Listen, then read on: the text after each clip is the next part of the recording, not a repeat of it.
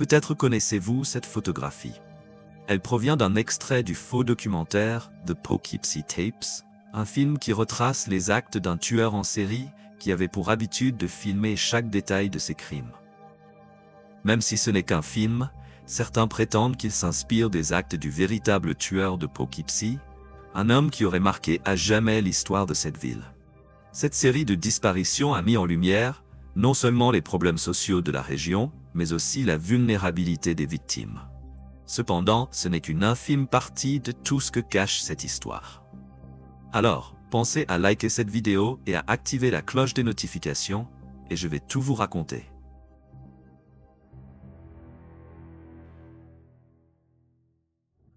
La petite ville de Poughkeepsie, dans l'État de New York, compte environ 30 000 habitants. Comme beaucoup de petites villes, elle fait face à un problème majeur: la présence alarmante de drogue. En plus de cela, les proxénètes et les travailleuses du sexe occupent les mêmes zones que les trafiquants, ce qui complique encore la situation. Dans un tel environnement, les actes de violence sont fréquents, notamment de la part des proxénètes, qui traitent les femmes comme des objets. Le 29 novembre 1996, rien n'avait changé dans la ville. Ce jour-là, le département de police de Poughkeepsie a reçu une plainte pour disparition. La disparue, Gina Barone, âgée de 29 ans, était une travailleuse du sexe. Pour cette raison, sa disparition n'a malheureusement pas suscité beaucoup d'intérêt de la part des autorités. Les jours ont passé sans que rien ne change. Personne ne semblait chercher des réponses, à l'exception de la mère de Gina, qui avait signalé sa disparition et attendait désespérément des nouvelles. Un peu plus d'un mois plus tard, le 1er janvier 1987, la division des détectives du département de police a été placée sous la direction du lieutenant Bill Segrist, un vétéran avec 29 ans de service. En examinant les dossiers des disparitions, Bill a remarqué un nom familier: Wendy Myers, une femme de 30 ans. Elle avait été déclarée disparue au département de police de Lloyd. Wendy, bien connue des autorités locales, était aussi une travailleuse du sexe. Elle avait été vue pour la dernière fois près des rives de la rivière Hudson, au sud de Kingston, dans l'État de New York. Quant à Gina Barone, Bill a découvert qu'elle avait été vue pour la dernière fois le 29 novembre 1996 à un coin de rue de Poughkeepsie. Des témoins ont rapporté l'avoir vue se disputer avec un homme non identifié. Bill a alors établi un lien entre les deux femmes. Elles travaillaient dans la même zone et se connaissaient probablement. Cela ne pouvait pas être une simple coïncidence. Et, à sa grande inquiétude, il avait raison. Le 15 janvier 1987, Kathleen Early, une femme de 47 ans, a été déclarée disparue. Elle avait été vue pour la dernière fois dans le centre-ville de Poughkeepsie. Comme les autres, Kathleen était une travailleuse du sexe, blanche, de petite taille, avec des cheveux châtains. Bill savait que les disparitions pouvaient avoir de nombreuses explications, mais ces trois cas l'inquiétaient particulièrement. Il a donc décidé de demander l'aide de l'unité des stupéfiants, qui était en contact direct avec tout ce qui se passait dans les rues. Trafiquants, informateurs, criminels et travailleuses du sexe. Grâce à leurs informateurs, Bill a appris que certaines travailleuses du sexe se plaignaient à leur proxénète d'un homme violent lors des rapports sexuels. Les femmes l'avaient surnommé le Puant. Cet homme a ensuite été identifié comme Kendall Francois, âgé de 26 ans, résidant sur Fulton Avenue à Poughkeepsie. Dans les archives de la police, il a été découvert que Kendall avait déjà été signalé pour agression par une autre travailleuse du sexe. Les autorités ont alors décidé de surveiller la maison de Kendall Francois. Cependant, après plusieurs semaines d'observation, aucune information ou piste concrète n'a pu être obtenue. Une travailleuse du sexe a même été sollicitée pour se rapprocher de Kendall, espérant obtenir des informations. Mais elle n'a rien découvert. 2 mois plus tard, le 7 mars 1987, Catherine Marsh, âgée de 31 ans, a été déclarée disparue par sa mère. Elle avait été vue pour la dernière fois en novembre 1996 dans la ville de Poughkeepsie. Les enquêteurs ont noté qu'elle ressemblait aux autres victimes. Elle était blanche, de petite taille, avec des yeux bleus et des cheveux châtains. Lors de l'inspection de son appartement, tout semblait être resté intact, indiquant qu'elle n'avait pas fui, mais avait simplement disparu. Face au manque de pistes concrètes, les autorités ont patrouillé pendant des heures dans une large zone de la ville avec des chiens spécialisés dans la détection de cadavres. Malgré leurs efforts, ils n'ont rien trouvé. Bill a alors déclaré qu'il n'y avait aucune preuve de criminalité et que, à première vue, ces cas semblaient être une série ordinaire de disparitions. Cependant, Bill et son équipe étaient convaincus qu'un sombre mystère se cachait derrière ces événements. En avril 1997, la police locale de Poughkeepsie a contacté le FBI. Mais l'absence de scène de crime rendait difficile l'établissement d'un profil du suspect. De plus, sans preuve tangible, il était impossible de confirmer que des meurtres avaient eu lieu. Un autre cas de disparition a été signalé le 9 octobre 1997. Michelle Wilson, âgée de 27 ans, avait été vue pour la dernière fois dans le centre-ville de Poughkeepsie. Cette fois, le schéma a changé. Bien qu'elle soit de petite taille, Michelle était une femme afro-américaine. En novembre de la même année, un agent pénitentiaire retraité de New York a contacté les autorités de Poughkeepsie pour signaler qu'il cherchait Mary Healy Jacon, une femme de 29 ans. Sa mère étant décédée, il devait lui transmettre la nouvelle, mais ne parvenait pas à la retrouver. Tout comme les autres, Mary avait été vue pour la dernière fois dans le centre-ville, en février 1987. Elle était blanche, petite, avec des cheveux châtains. La ressemblance frappante entre les victimes a conduit à relier officiellement ces cas. Le département de police a conclu que les similitudes entre ces femmes étaient trop flagrantes pour être ignorées. Ils ont alors déclaré officiellement qu'un individu était à l'origine de cette série de disparitions. En raison des soupçons d'un tueur en série dans la région, la police a déployé plusieurs ressources pour retrouver les femmes disparues. Des recherches en hélicoptère ont été menées dans toute la zone de Poughkeepsie et dans le comté de Dutchess. Même le fleuve Hudson a été scruté à plusieurs reprises par la police d'État. Cependant, l'absence de preuves et de corps a progressivement fait perdre de l'élan aux enquêtes, ce qui a conduit à une perte d'intérêt dans le dossier. Un ancien profileur du FBI, Greg McCrae, a déclaré lors d'une interview que les disparitions des travailleuses du sexe de Poughkeepsie étaient particulièrement complexes. Les femmes étaient constamment vues montant dans des voitures différentes, ce qui faisait de n'importe qui un suspect potentiel. Cependant, un suspect a émergé lorsqu'il a été découvert qu'il était arrivé à Poughkeepsie à l'été 1987. Il s'agissait d'un violeur condamné.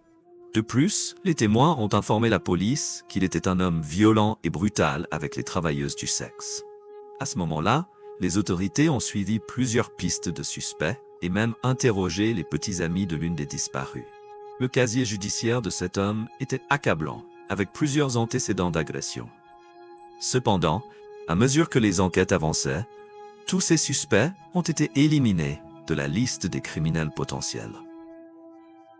Finalement, la police a commencé à être critiquée par la communauté de Poughkeepsie. Les habitants affirmaient que les autorités ne se souciaient pas vraiment des femmes disparues parce qu'elles étaient des travailleuses du sexe. En revanche, les autorités ont rejeté ces accusations. Le lieutenant Bill Segrist a déclaré « Ces filles n'ont pas d'horaire fixe. Il a fallu du temps pour que les familles réalisent que quelque chose n'allait pas. Pendant un moment, même leur famille pensait qu'elles pourraient réapparaître. » Face au manque de pistes et de suspects, les autorités ont décidé de reprendre leur surveillance sur Kendall François, le client surnommé le puant dans la région. Au cours de l'enquête, ils ont découvert que la routine de Kendall était quelque peu étrange. Le matin, il prenait la voiture de la famille et emmenait sa mère au travail dans le centre psychiatrique Hudson River. Il revenait ensuite à Poughkeepsie, où il passait son temps à marcher dans le quartier. Un jour, ils ont arrêté Kendall et l'ont invité à se rendre au département de police. L'homme avait une personnalité calme et il a accepté immédiatement de se rendre pour une entrevue. L'interrogatoire a duré plusieurs heures et Kendall a répondu à toutes les questions tranquillement, sans résistance ni nervosité. À la fin de l'entretien, les enquêteurs ont décidé de se rendre à son domicile. Un agent est entré dans la chambre de Kendall et à son retour au département, il a rapporté que la maison était dans un état déplorable. Il a précisé que l'odeur était horrible, mais avoir une maison malodorante n'était pas un crime. Et comme rien n'avait été trouvé, Kendall a été relâchée un peu plus tard. Le 12 juin 1988, Sandra Jean Friend, âgée de 51 ans, a disparu.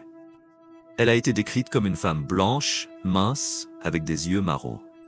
Sandra avait été vue pour la dernière fois dans la ville de Dover, à environ 32 km de Poughkeepsie, mais son véhicule a été retrouvé à Poughkeepsie, peu de temps après, à 3 pâtés de maison de la maison de Kendall François. En juillet 1988, la Task Force pour les femmes disparues a été créée, composée de plusieurs policiers de New York et de Poughkeepsie.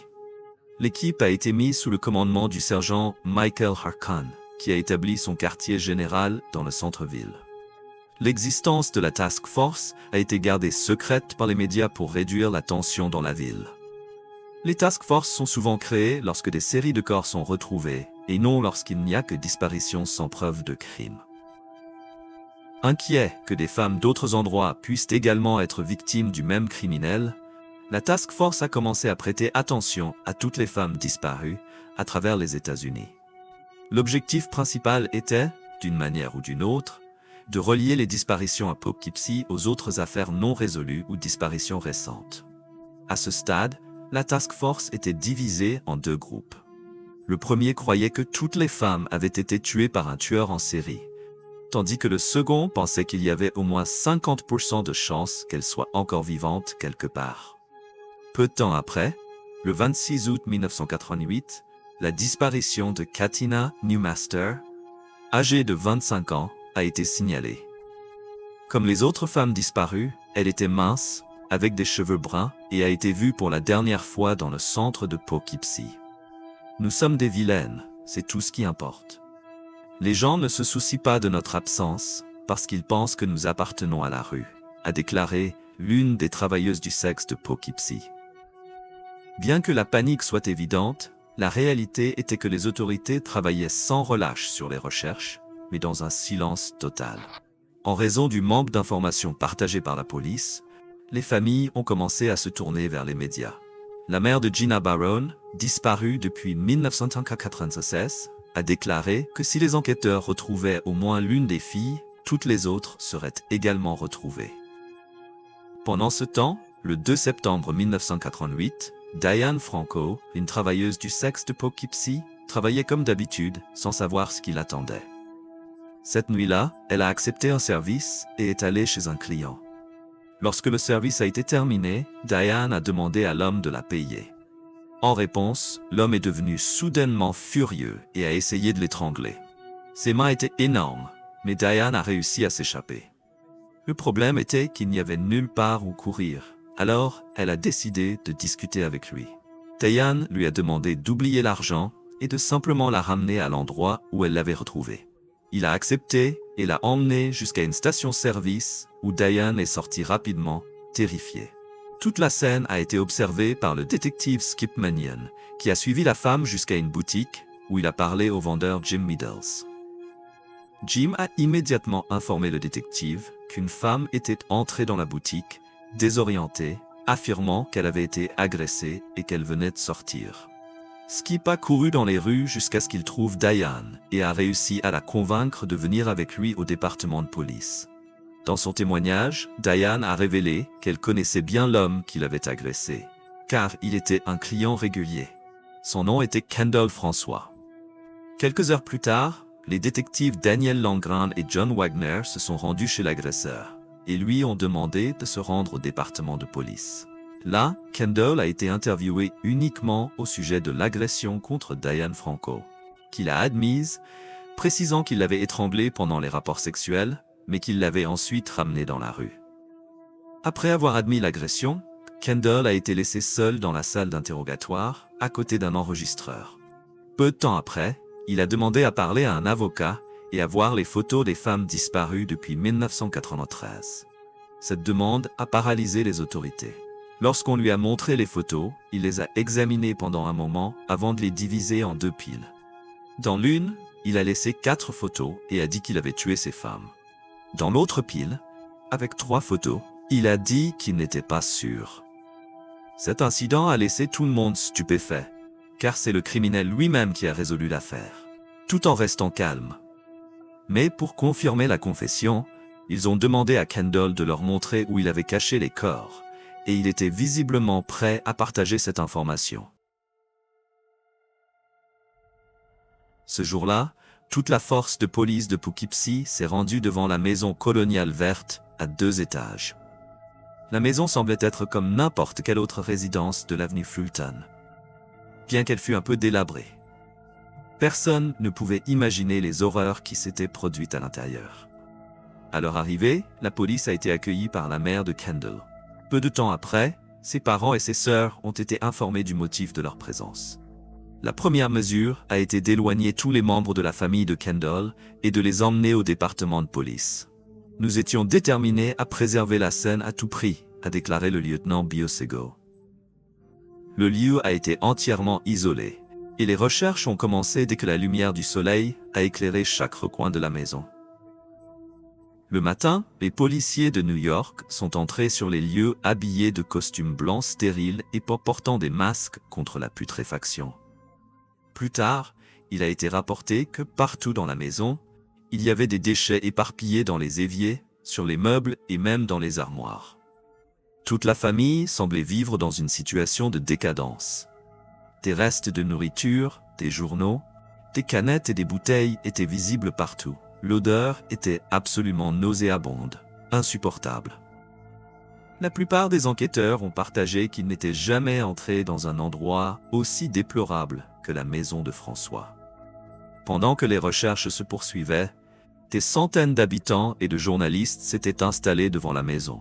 Certains membres de la famille des femmes disparues se tenaient près des policiers dans l'espoir d'obtenir des nouvelles. La première conférence de presse a été donnée par le procureur public William Gray, qui a déclaré « En fonction de ce que le suspect nous a dit, dans un sombre concours de la mort, les corps ont été trouvés et retirés de la maison. Les cadavres étaient dans différents stades de décomposition, certains étant dans un état très avancé, au-delà du stade de putréfaction. L'activité des insectes était généralisée, et des traces de rongeurs étaient également présentes. Les corps étaient localisés dans différentes zones de la maison, souvent recouverts de vêtements ou de couvertures. L'annonce a semé la terreur parmi les habitants. Certains enquêteurs ont rapporté que c'était un cauchemar de se trouver dans la maison. L'annonce la plus émouvante a été faite par Patricia Barona, la mère de Gina Barona. Elle était absolument certaine que sa fille faisait partie des corps retrouvés. Dans ma tête, j'avais accepté cela. J'avais le sentiment qu'elle était partie tout ce temps. J'ai toujours eu ce pressentiment que quand le bon Dieu penserait que j'étais prête à entendre, j'entendrais, a-t-elle déclaré aux journalistes du New York Times. À l'église de la Sainte Trinité, le révérend Richard Diva Mort a déclaré à la presse « Dans des tragédies comme celle-ci, vous avez besoin d'une expérience religieuse. Je sais que certains de ces policiers sont certains de mes paroissiens. » Et le révérend avait bien raison. Les horreurs vécues dans la maison des François devenaient de plus en plus difficiles à supporter pour les spectateurs et surtout pour ceux qui étaient directement impliqués dans l'affaire. Puis le 5 septembre 1988, le 8e corps a été retiré de la maison du criminel. Ce jour-là, la première identification du premier corps retrouvé a été confirmée comme étant celui de Katina Newmaster, 25 ans, qui avait disparu en août de cette année. Les victimes suivantes ont été identifiées comme Gina Barone, Sandra French, Catherine March, suivies de Wendy Myers, Kathleen Hervey et Mary Jacon. Enfin, le corps d'Audrey Poliesio, 34 ans de New Rochelle, New York, a été identifié, tout comme Katina. Elle avait disparu en août 1988. Les femmes disparues avaient enfin été retrouvées. La clôture de l'affaire avait atteint son apogée. Il ne restait plus qu'à juger et à condamner Kendall François pour ses crimes contre la communauté de Poughkeepsie. Ce jour-là, toute la force de police de Poughkeepsie s'est rendue devant la maison coloniale verte à 2 étages. La maison semblait être comme n'importe quelle autre résidence de l'avenue Fulton, bien qu'elle fût un peu délabrée. Personne ne pouvait imaginer les horreurs qui s'étaient produites à l'intérieur. À leur arrivée, la police a été accueillie par la mère de Kendall. Peu de temps après, ses parents et sa sœur cadette ont été informés du motif de leur présence. La première mesure a été d'éloigner tous les membres de la famille de Kendall et de les emmener au département de police. Nous étions déterminés à préserver la scène à tout prix, a déclaré le lieutenant Biosego. Le lieu a été entièrement isolé et les recherches ont commencé dès que la lumière du soleil a éclairé chaque recoin de la maison. Le matin, les policiers de New York sont entrés sur les lieux habillés de costumes blancs stériles et portant des masques contre la putréfaction. Plus tard, il a été rapporté que, partout dans la maison, des déchets étaient éparpillés dans les éviers, sur les meubles et même dans les armoires. Toute la famille semblait vivre dans une situation de décadence. Des restes de nourriture, des journaux, des canettes et des bouteilles étaient visibles partout. L'odeur était absolument nauséabonde, insupportable. La plupart des enquêteurs ont partagé qu'ils n'étaient jamais entrés dans un endroit aussi déplorable que la maison des François. Pendant que les recherches se poursuivaient, des centaines d'habitants et de journalistes s'étaient installés devant la maison. Certains membres de la famille des femmes disparues se tenaient près des policiers dans l'espoir d'obtenir des nouvelles.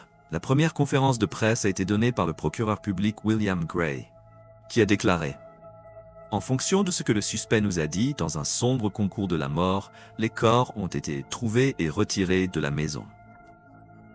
Les cadavres étaient dans différents stades de décomposition, certains étant dans un état très avancé, au-delà du stade de putréfaction. L'activité des insectes était généralisée et des traces de rongeurs étaient également présentes.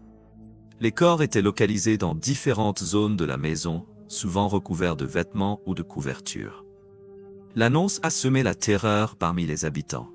Certains enquêteurs ont rapporté que c'était un cauchemar de se trouver dans la maison. L'annonce la plus émouvante a été faite par Patricia Barona, la mère de Gina Barona. Elle était absolument certaine que sa fille faisait partie des corps retrouvés. Dans ma tête, j'avais accepté cela. J'avais le sentiment qu'elle était partie tout ce temps. J'ai toujours eu ce pressentiment que quand le bon Dieu penserait que j'étais prête à entendre, j'entendrais, a-t-elle déclaré aux journalistes du New York Times. À l'église de la Sainte Trinité, le révérend Richard Divamort a déclaré à la presse « Dans des tragédies comme celle-ci, vous avez besoin d'une expérience religieuse. Je sais que certains de ces policiers sont certains de mes paroissiens. » Et le révérend avait bien raison. Les horreurs vécues dans la maison des François devenaient de plus en plus difficiles à supporter pour les spectateurs et surtout pour ceux qui étaient directement impliqués dans l'affaire. Puis, le 5 septembre 1998, le 8e corps a été retiré de la maison du criminel. Ce jour-là, la première identification du premier corps retrouvé a été confirmée comme étant celui de Katina Newmaster, 25 ans, qui avait disparu en août de cette année. Les victimes suivantes ont été identifiées comme Gina Barone, Sandra French, Catherine Marsh, suivies de Wendy Myers, Kathleen Hervey et Mary Jacon. Enfin, le corps d'Audrey Poliesio, 34 ans, de New Rochelle, New York, a été identifié, tout comme Katina. Elle avait disparu en août 1988. Les femmes disparues avaient enfin été retrouvées. La clôture de l'affaire avait atteint son apogée. Il ne restait plus qu'à juger et à condamner Kendall François pour ses crimes contre la communauté de Poughkeepsie.